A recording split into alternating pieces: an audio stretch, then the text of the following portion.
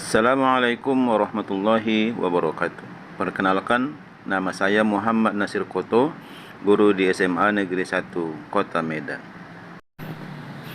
Saya mengajar di SMA Negeri 1 Kota Medan mulai Januari 2023. Sebelumnya, saya mengajar di SMK Negeri 1 Merdeka Kabupaten Karo.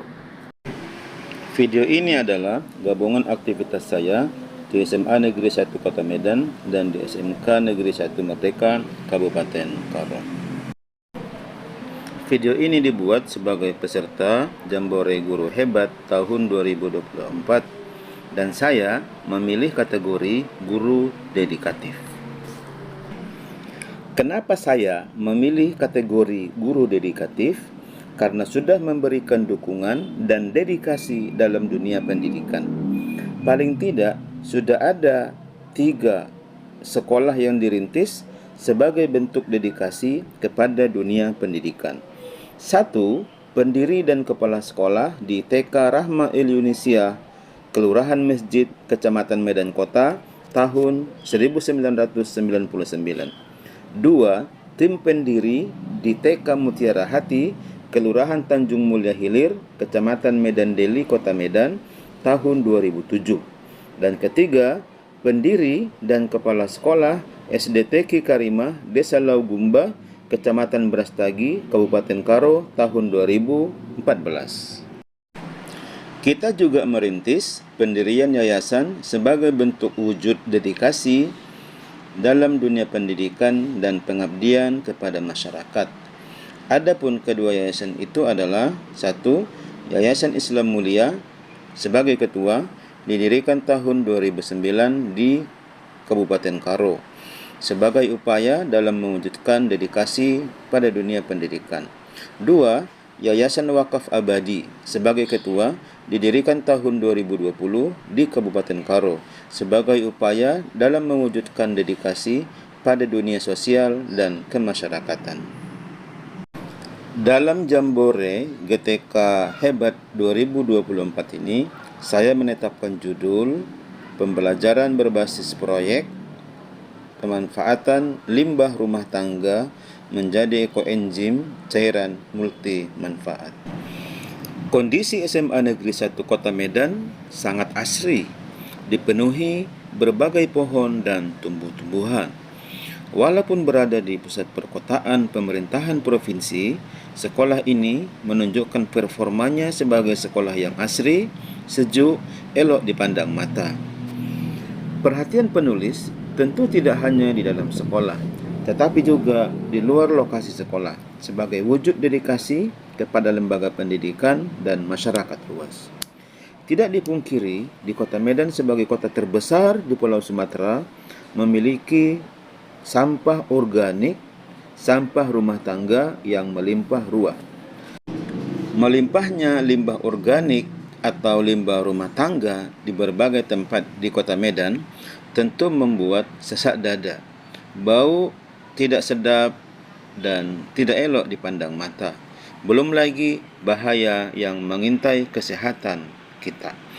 Hal ini yang membuat penulis termotivasi untuk mengajak peserta didik untuk mengamati lebih serius bagaimana cara mengolah limbah tadi itu menjadi cairan ajaib.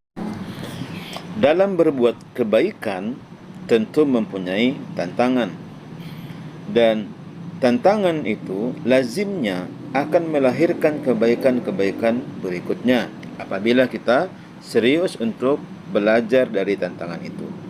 Adapun tantangan yang kita dapatkan adalah 1.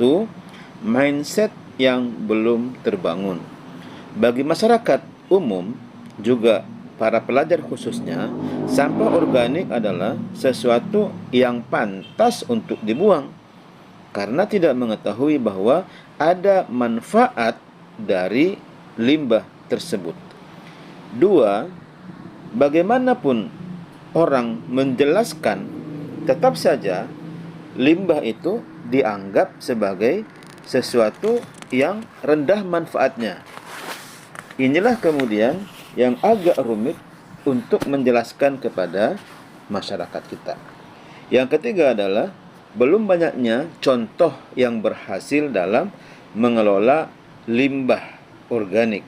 Maka diperlukan orang-orang yang terampil, serius untuk menjawab tantangan ini.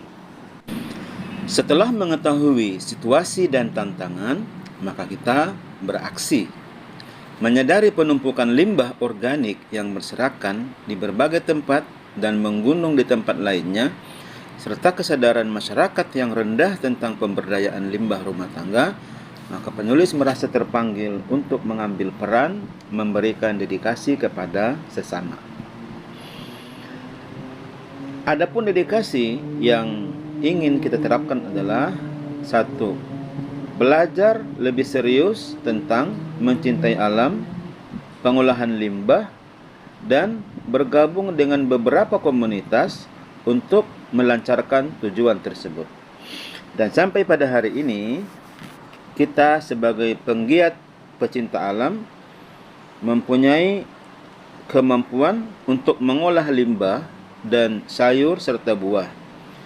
Kita sudah pernah membuat ekoenzim, cuka apel, cuka stroberi, cuka nanas, VCO, coconut virgin coconut oil, pupuk organik cair, pupuk organik padat, pestisida cair, berikat arang.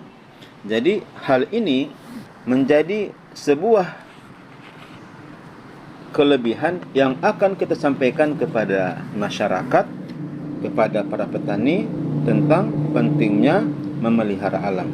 Yang kedua adalah kita sharing ke lembaga-lembaga pendidikan, formal dan non-formal, yayasan dan juga ke petani.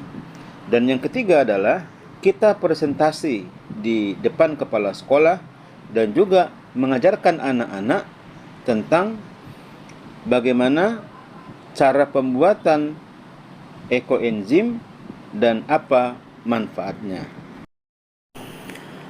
Dalam pembelajaran berbasis proyek, pemanfaatan limbah rumah tangga menjadi ekoenzim cairan multimanfaat.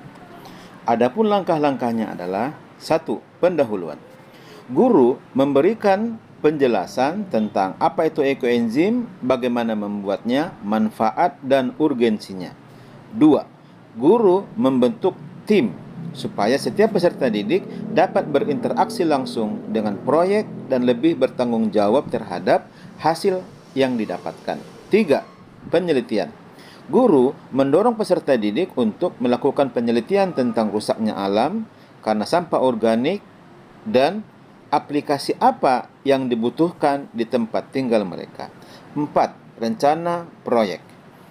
Setelah peserta didik mengadakan penelitian, guru meminta setiap tim untuk merencanakan proyek yang ingin mereka lakukan. 5. Presentasi. Setiap tim diminta untuk mempresentasikan proyek mereka kepada siswa lainnya. Mereka diminta menyajikan temuan mereka, apa yang mereka hadapi, dan proses yang mereka lalui selama pembuatan produk. 6. Implementasi proyek. Dengan cairan ekoenzim ini, peserta didik menganalisis hasil dari penggunaan ekoenzim seperti pengujian kesegaran sayuran setelah direndam ekoenzim, manfaat ekoenzim dalam menyuburkan tanaman, manfaat ekoenzim sebagai pengharum ruangan, dan lain-lain. Refleksi.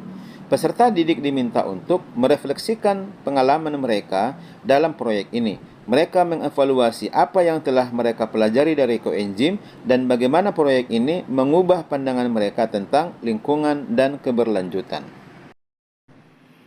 Demikian video ini kami buat dengan sebenarnya. Semoga bermanfaat adanya.